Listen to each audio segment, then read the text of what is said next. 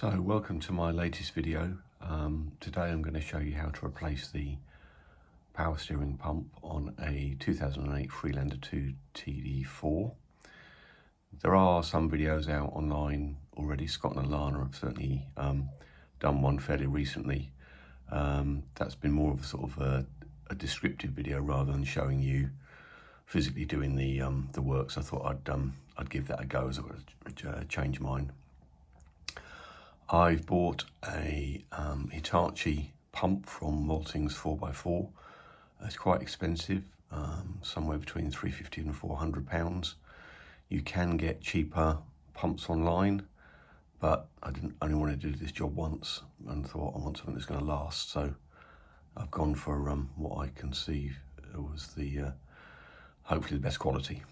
The reason that I'm changing my pump, I've gradually upgraded most of the steering system on the car over the last 18 months. I had a reconditioned steering rack when I swapped my automatic gearbox over, purely because the pipes were seized into the rack. So I thought, well, I'll replace the rack, and it was it'd done a fair few miles anyway. Since then, I've also replaced the pipes. I've replaced the power steering fluid reservoir a few times because there's a filter in there that can get clogged. So if you are having issues with your power steering, the first thing to try is to swap that power steering reservoir over. There are various videos for that online. What I'm experiencing now is a sort of growling noise from the pump when you sit stationary and you're turning the wheel left to right. And I'll clip in a video of that noise after this section just so you can see what I'm experiencing. The pump comes with some fairly reasonable instructions. One thing to bear in mind is the pump doesn't come pre-primed with oil, so there's an exercise to do there, but I'll talk you through that as we go. I think the only other point to note at this stage is to say that you need to use CHF202 fluid, not standard power steering fluid. The CHF fluid is green in colour, standard power steering fluid is red. So just watch that as your first step, really. So what we're going to have to do is firstly flush out the existing system. I'm going to do that even though my fluid is pretty new and I've had a new reservoir on there not long ago, but I thought I'll be on the safe side. Once we've done that, we need to remove the auxiliary belt, which obviously wraps around the pulley here, and then once that's off, we can start to strip the pump away and put the new one in. So I'll bring you back and take you through step by step, but next I'll just show you a quick clip of the noise that I'm experiencing.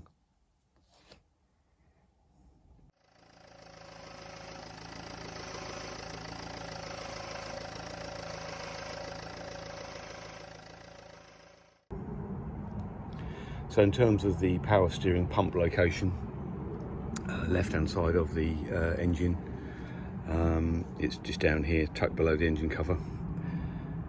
This is the output pipe to the rack, which is a pressurized pipe, and then down below here is the return pipe to the pump from the reservoir, which is here. So we're going to need to take the engine cover off to get us access.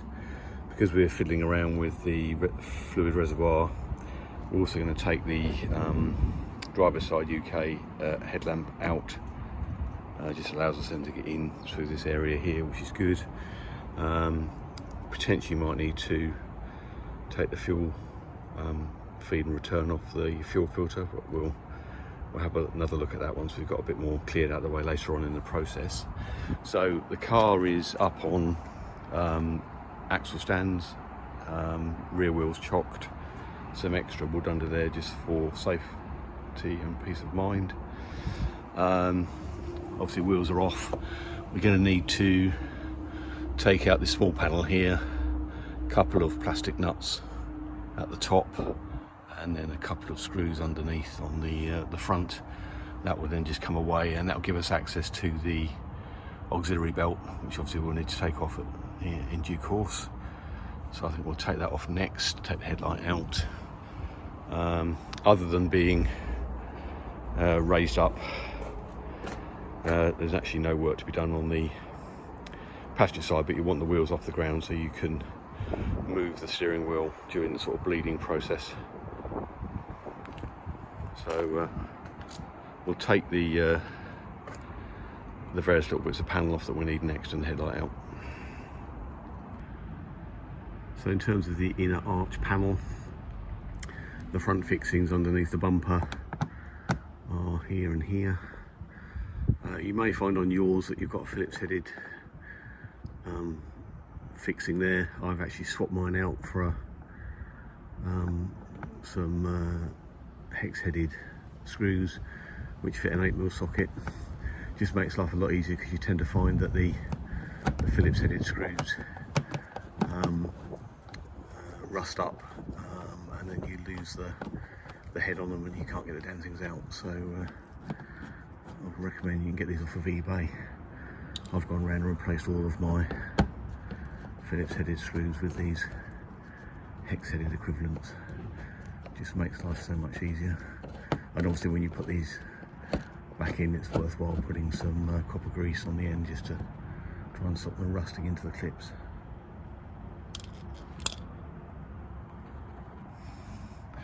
So then inside the wheel arch, you just got these couple of M10 plastic nuts to come off.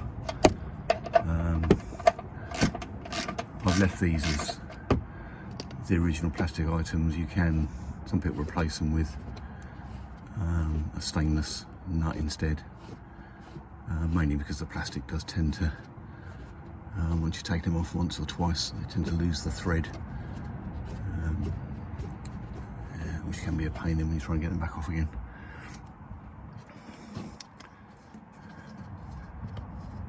You can still get these. I think I bought a packet of these from Land Rover, they weren't very expensive. So once you've got those out of the way, the panel then just pops off. Just put it away.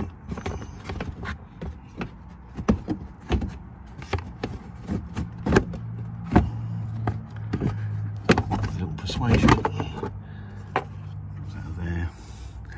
And then you can see the auxiliary belt, which we'll need to remove later on. The other thing we'll need to do is, for this process of flushing the system through, they recommend you turning the engine over without it starting. This is based on the Hitachi guidance, and the easiest way to do that in my experience is to disconnect the crank position sensor, which is this cabling here with a plug, and without that connected, the engine will turn over but it won't fire. This is the sensor that often causes people issues with suddenly the jug failing to start or cutting out while driving. So headlight removal, obviously very straightforward. A couple of M10 headed bolts to remove from the top, and then there's a lever on the back of the headlight, which you basically pull up, and that pulls up a catch on the bottom, and then you bring it forward a little way, and then there's obviously a plug connector to remove. So that's pretty straightforward, and then obviously that gives you decent access into the pipes underneath the power steering fluid reservoir, which no doubt will be a bonus later on. And then the next thing we'll do is take off the engine cover. So with the engine cover out of the way, I can see why the thought process is that we'll need to take these two fuel lines out of the top of the filter. It's just a bit of a pain doing that because there's a bit of a process to go through to bleed the diesel through the filter afterwards to get the thing to fire again. So anyway, in the meantime, what we need to do is the flushing process. So I'm going to put the new filler tank bottle onto the feed pipe to the pump. Then I'm going to crank the engine over, pouring new fluid in to the new reservoir and extracting old fluid from the old reservoir. It suggests doing that for about 1 litre worth of fluid, just to make sure everything's clear. So I'll try and set the camera up. We'll do that next. So the first part of the adding the new power steering reservoir is to drain out as much as you can out of the old one to start with. Otherwise you'll end up with power steering fluid all over the engine bay.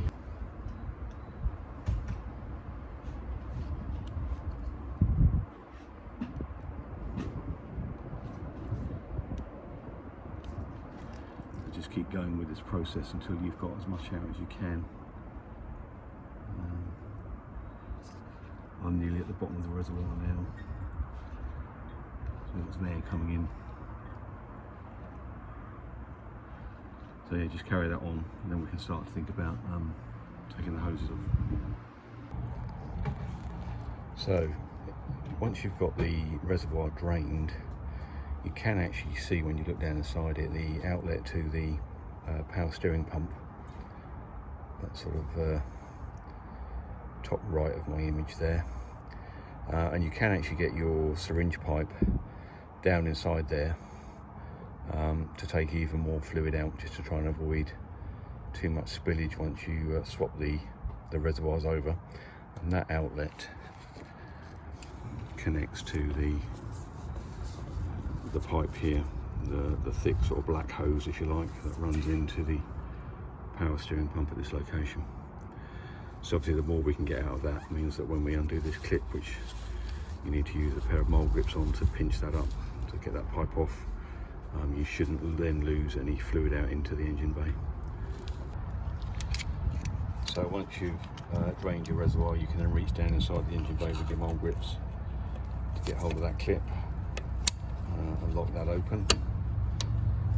That will actually rest on the pipe work there for a moment, and then we need to see if we can reach down inside and move this lower pipe free.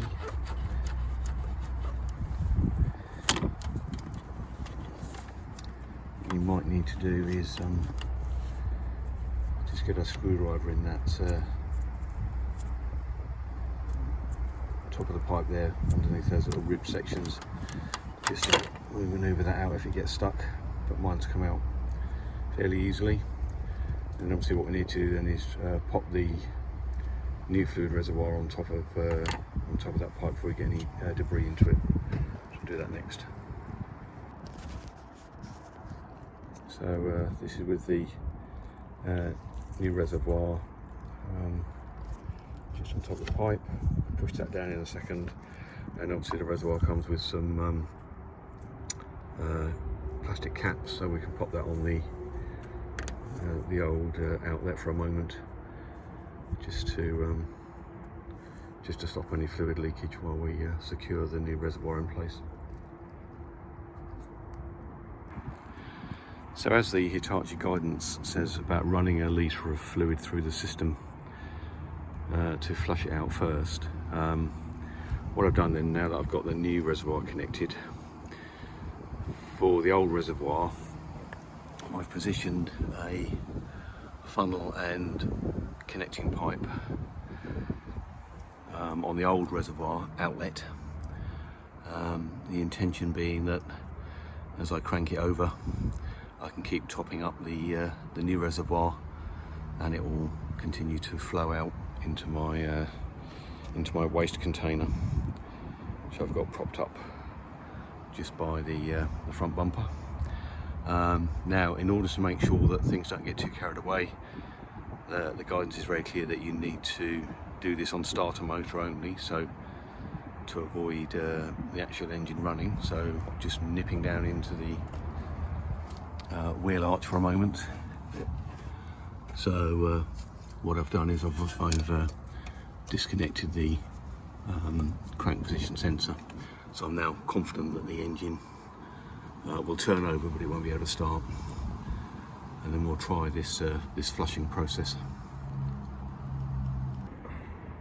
So with the funnel on the new reservoir, effectively the inlet to the pump, and another funnel on the old reservoir to collect the waste down to a suitable receptacle, you'll need a helper to turn the engine over on the starter motor only, and obviously keep an eye on the two fluid levels in the new and the old.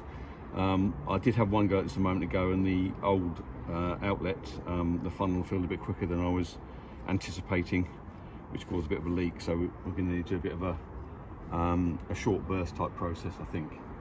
So if you're ready, then George, if you can press start, please. Stop.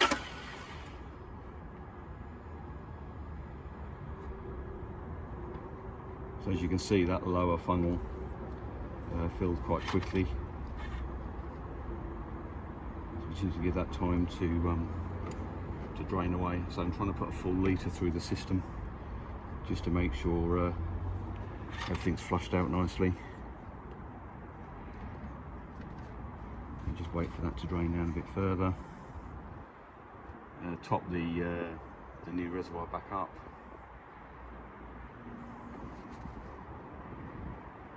Okay, Georgia, same again. Stop.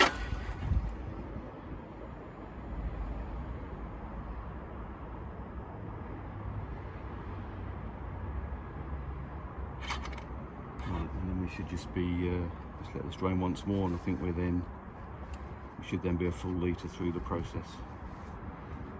So, drains back down.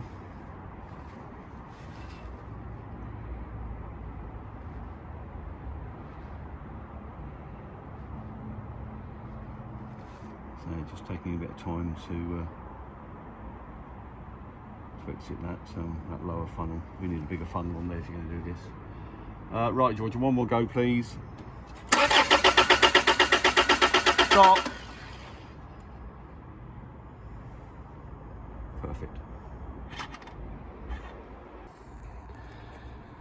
So I flushed a litre of clean fluid through the system.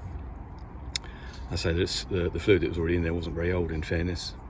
The next point of the process is to remove the auxiliary belt, so we can then start to think about stripping away the old power steering pump. So heading down into the wheel arch, basically you need to get some a socket on the tensioner here, and sort of lever it to the left, or turn it and it will move to the left to slacken the tension off the belt, and you can then slip that off and remove it. Obviously a good idea to make sure you're happy of the routing of the belt before you remove it. Just may save you a bit of time later on.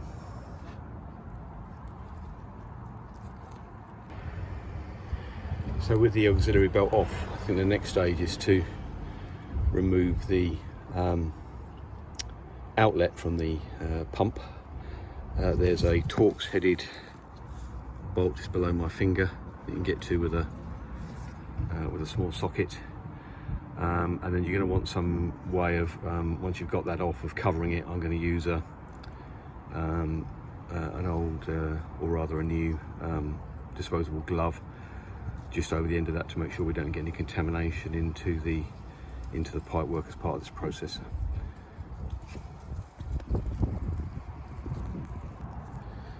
Now, if you've got small hands like I have, you can reach in through the headlight, which again is another good reason for removing the headlight, to get hold of that Torx bolt. of it. It's quite long actually. Just try not to drop it down the engine bay. It does get quite messy once that pipe's out. I'm not sure of a way of avoiding that, to be honest with you. As the next part of the process, I'm going to disconnect the fuel lines, because I am convinced, having got to this point, that you won't get it out without removing those. So they're basically a push-in at the top, and then again I tend to cover them over with a disposable glove, a bit like I've done with the power steering line. In terms of removing the bolts from the pump, top two are fairly straightforward. Just up here, there is one underneath, which is a right pain to get to, just behind the pulley at the back.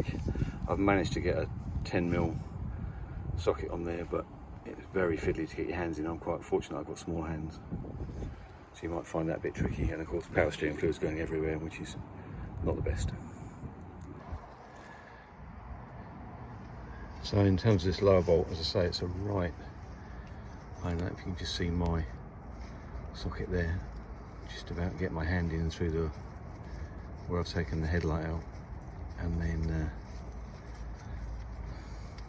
work it in between these pipes, which again is very, very hard to do, and it's quite a long bolt.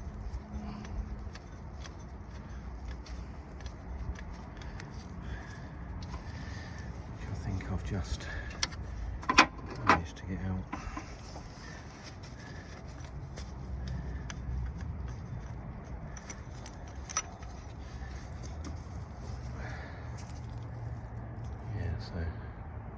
Quite a long bolt, that one.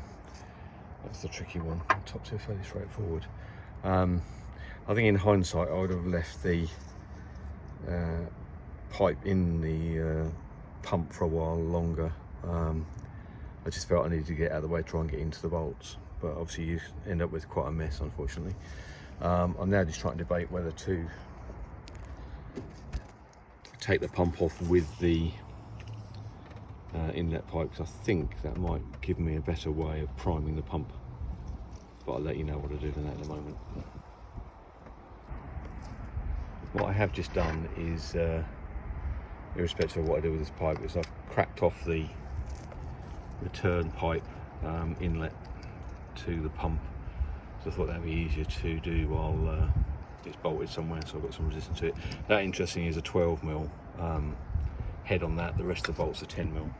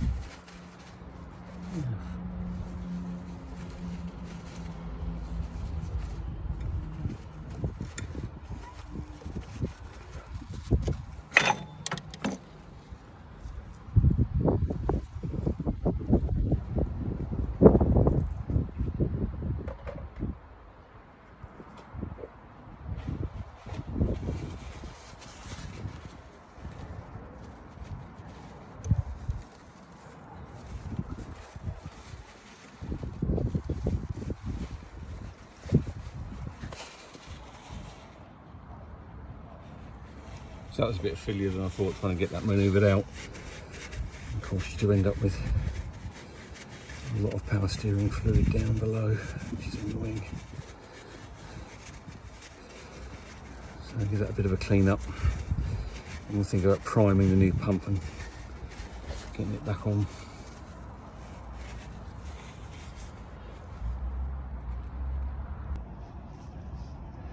So having got the old pump off, it's actually a bit easier than I thought, in that the new pump comes with the inlet pipe sort of bend, if you like, already bolted in, so it's just a case of removing the sprung clip on the pipe itself and then putting it on the new one. The reason I've taken it off altogether is I'm going to pour power steering fluid down the pipe there in order to prime the pump. I think that might be a more efficient way of getting it full. So we'll see how we go. So with the